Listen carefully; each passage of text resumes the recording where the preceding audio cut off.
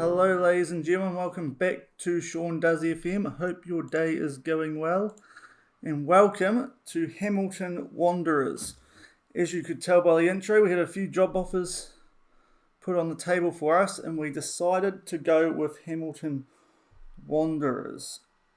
So I'll break down why we chose Hamilton Wanderers as the introduction screen go on in the background. We pretty much went here because they are defending Handa Premiership champions, as you can see, two-time OFC Champions League champions, including last year, which means we will be playing Champions League football this season, which was the big draw card.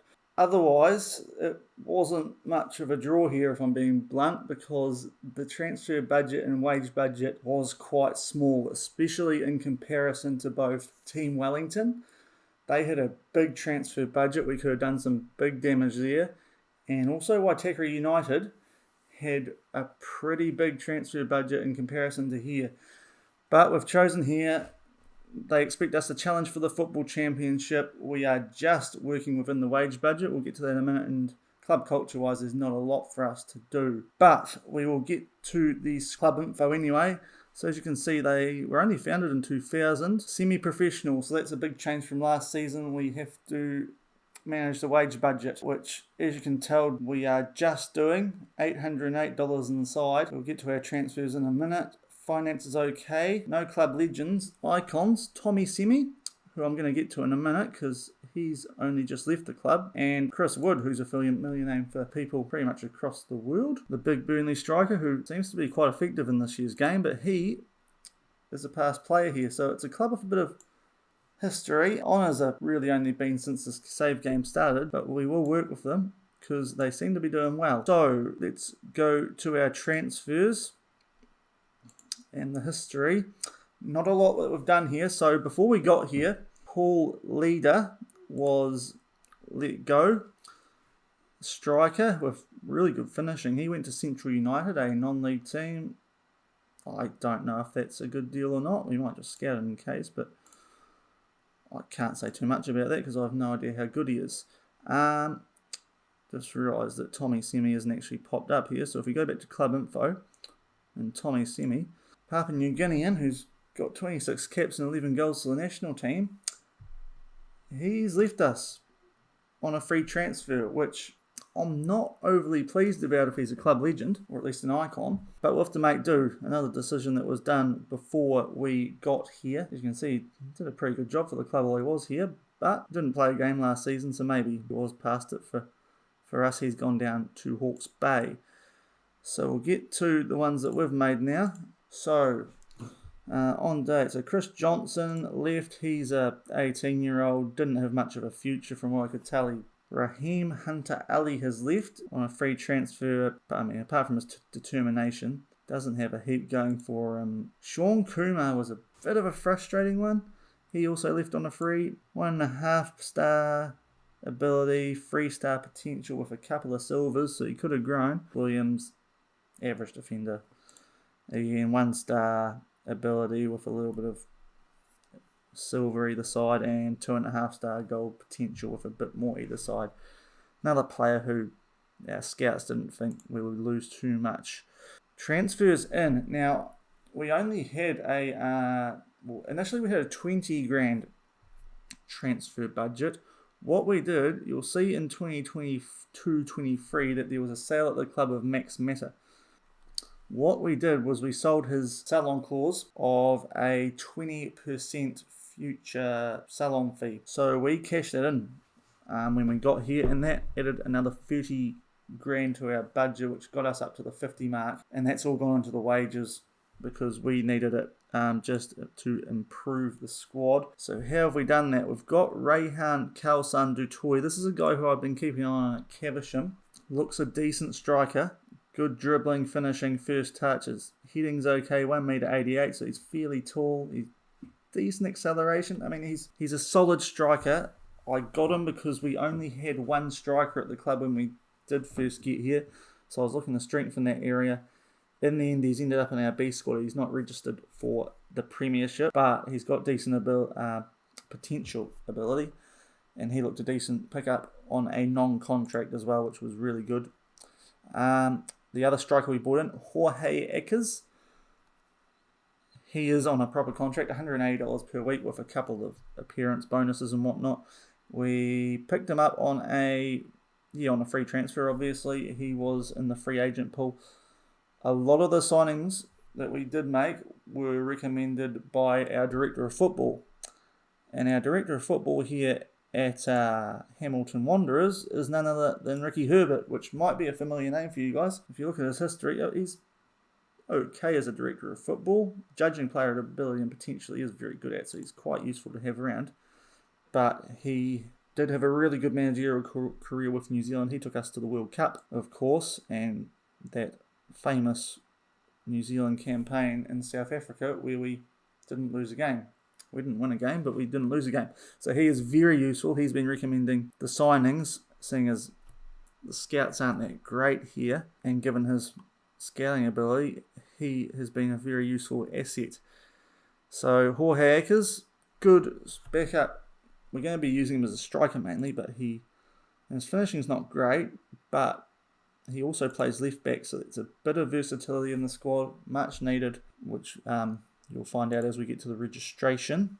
Toby Rees, this was a really good pickup. He was in the media Dream 11 when we first got the job for this league. He comes from Hawke's Bay, 4-star midfielder. We don't play the attacking mid. I'll get to the tactic again soon. This guy's really good. He's going to be crucial for us this year, I imagine. One of our best players. He's very versatile in terms of the type of midfielder he can be. He's got good first touch, his long shots, passing, everything's there that you want really. No real issues apart from positioning, long throws, marking, penalty taking, but those aren't going to be huge issues here. I hope he's a good passer. Well, he's a decent passer. He tries killer balls often. That might not be the best trait for him, but he is good at dictating the tempo, so he's a good playmaker for us. He'll be important in our midfield. That was an area where we really needed a bit of extra depth in. So that is nice and useful. Alan Skinner was signed for the under-20s. That was Ricky Herbert's idea. Decent finisher, decent potential. He'll be alright in the future. Don't know if we'll use him much, but it was a free transfer. Looked okay.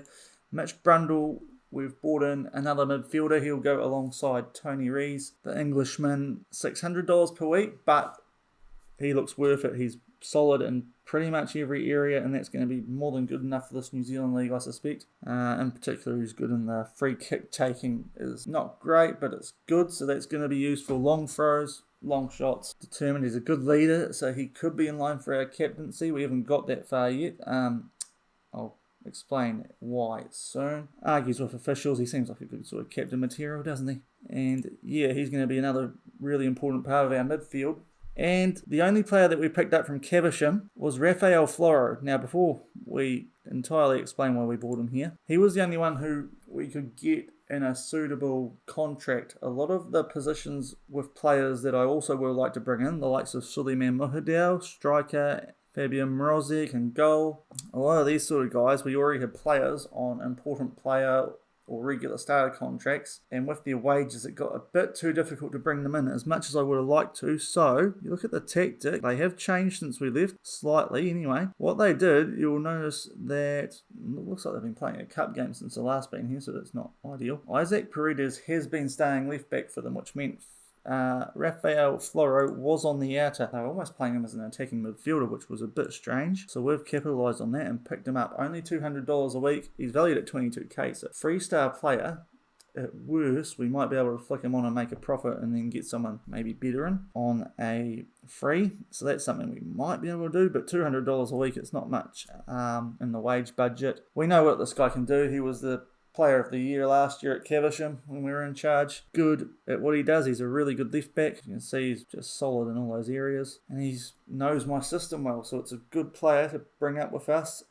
And the other thing was none of our left backs had regular starter contracts, so it felt right to get someone up here who I could trust in that left back role. So that's what we've done transfer-wise. Spent nothing and got nothing in apart from that max meta clause that we triggered. So we'll have a look at the general squad in order. Connor Tracy is our goalkeeper for this year. Clearly our best one. He was vice-captain last season, so he's going to be one of our most important players. I don't know if he's going to be vice-captain this year. He might be. Obviously, he's only got 4 leadership, so not ideal, but He's a solid goalkeeper. He's in the media dream team. Good player to have. He spent time at Auckland City and Canterbury United as well. He's very experienced in the league. Good at one-on-ones. He looks like he's going to be ideal for the sweeper keeper role that we use. Nice player to have. Caden Atkins is our current right back. He's on a regular starter contract. I think he might be a better centre back than a right back, but he does have solid ability and good potential ability, so we'll use him. 22-year-old, joined here 2 seasons ago from Hawke's Bay. Got 2 goals since being here, so he's a decent player. When we go to transfers, we are actually looking to bring in Diogo Rodriguez. We tried to get a couple of right backs right on transfer deadline day, or at least squad registration day. Another right back that we were after decided to join a different club, which left us in the lurch a bit. We went after this guy and he didn't sign in time. So we've got 1 spare slot in our registration. This guy, I am hoping, is going to fill it once the January window comes around, because we can change again in January and the season doesn't start till November. We're currently at September, so it's not going to be a heap of games that he's going to be missing from, so I think he's still going to be worthwhile. He's going to make the rest of the wage budget. He wasn't our first choice right back, but he's going to be good enough to be an improvement on Caden, but Caden will still do a pretty good job for us. Josh Rogerson, he is our other centre back at the moment and our best 11 from what I can tell at the moment. Regular starter contract, 110 per week, a good local lad. Got a couple of New Zealand under 20 caps from when he was younger. 3-star ability, 4-star potential. He'll do a good job for us. He can also play CDM, which is nice because that's an area which we don't have a heap of depth in. So he's a quite good passer. He's going to be very suitable for the ball playing defender role that we'll have. Another one with good jumping reach, so nice solid option for us.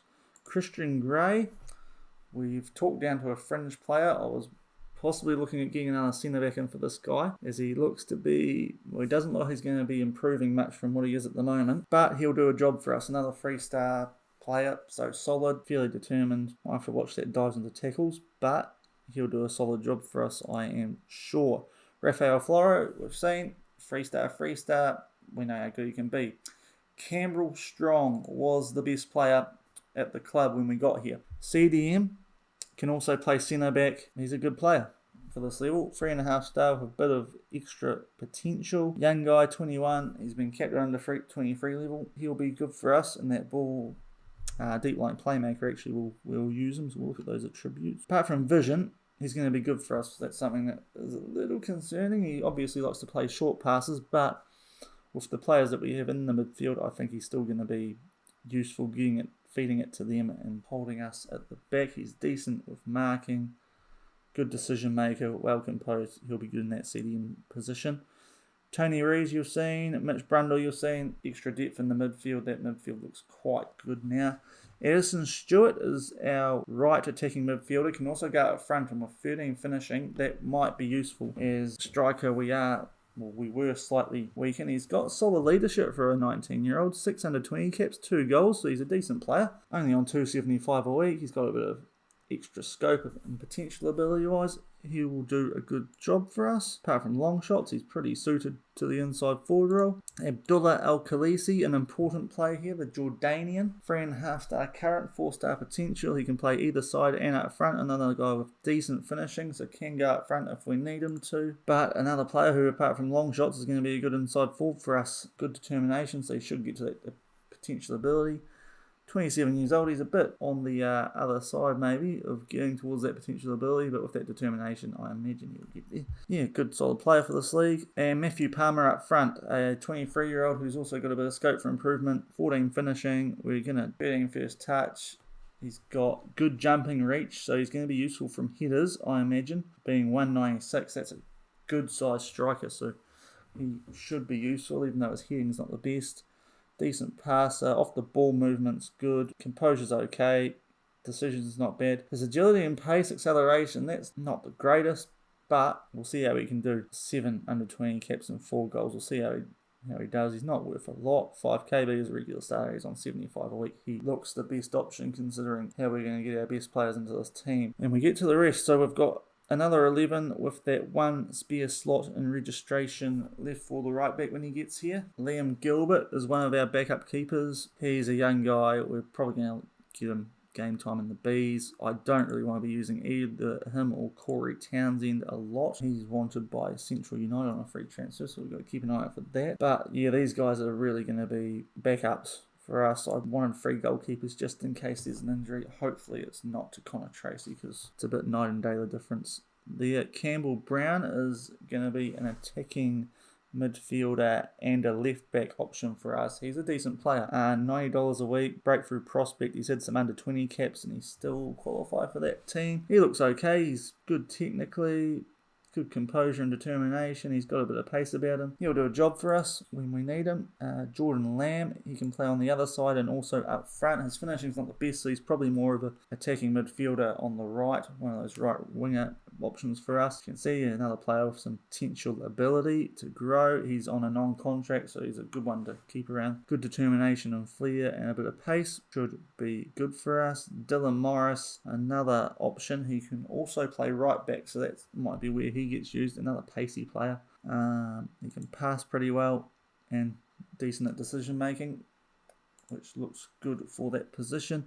Jared McKeitney is down as a left back. I think he's more of a midfielder. It's his more natural position. That's where, when I got here, he was part of our best 11. So on a non-contract, I thought we did need to improve that. But he will be a decent bench option. He's got some decent physical stats and okay mentals.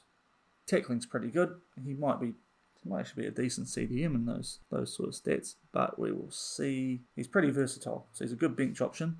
Simon Barrett.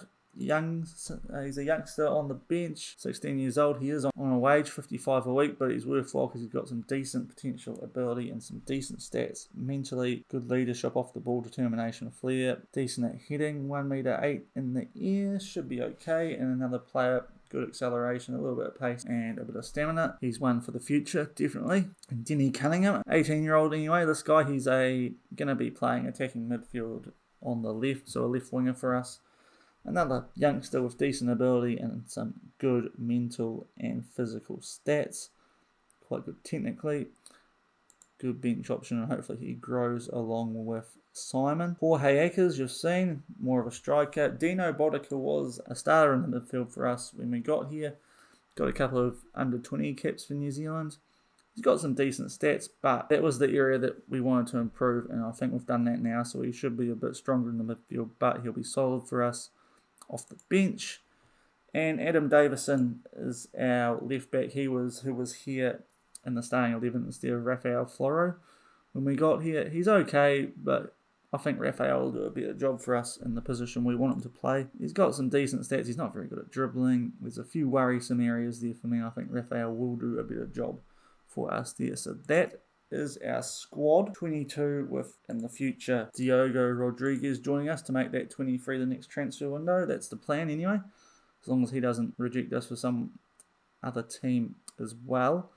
The tactic, we are going with the Caversham Crusher. We are in the middle of pre-season at the moment. As I said, it's early September and the season doesn't start till November, so we've got some time to get these players up to speed on what we're doing, and they are growing in tactical familiarity quite rapidly. That's what we're lining up with at the moment. I think it's going to be good here. That was one of the other reasons I did like the look of this job. They were playing a similar formation, which is always useful. We don't need to change too much yet. Hopefully in the New Zealand League, we might need to change what we do tactically further down the track when we go overseas, but I think this formation works well in New Zealand. Did a brilliant job for us at Caversham, obviously, so we'll stick with that. And we'll have a look at the league in general. Now, as I said earlier on in the video, we are the defending champions of both this and the AFC Champions League. Obviously, we actually finished 4th in this league last year when I wasn't here, but because there's a semi-final and a final, they came from 4th to win the whole thing. So we do want to be finishing top of the league this year because that will automatically guarantee you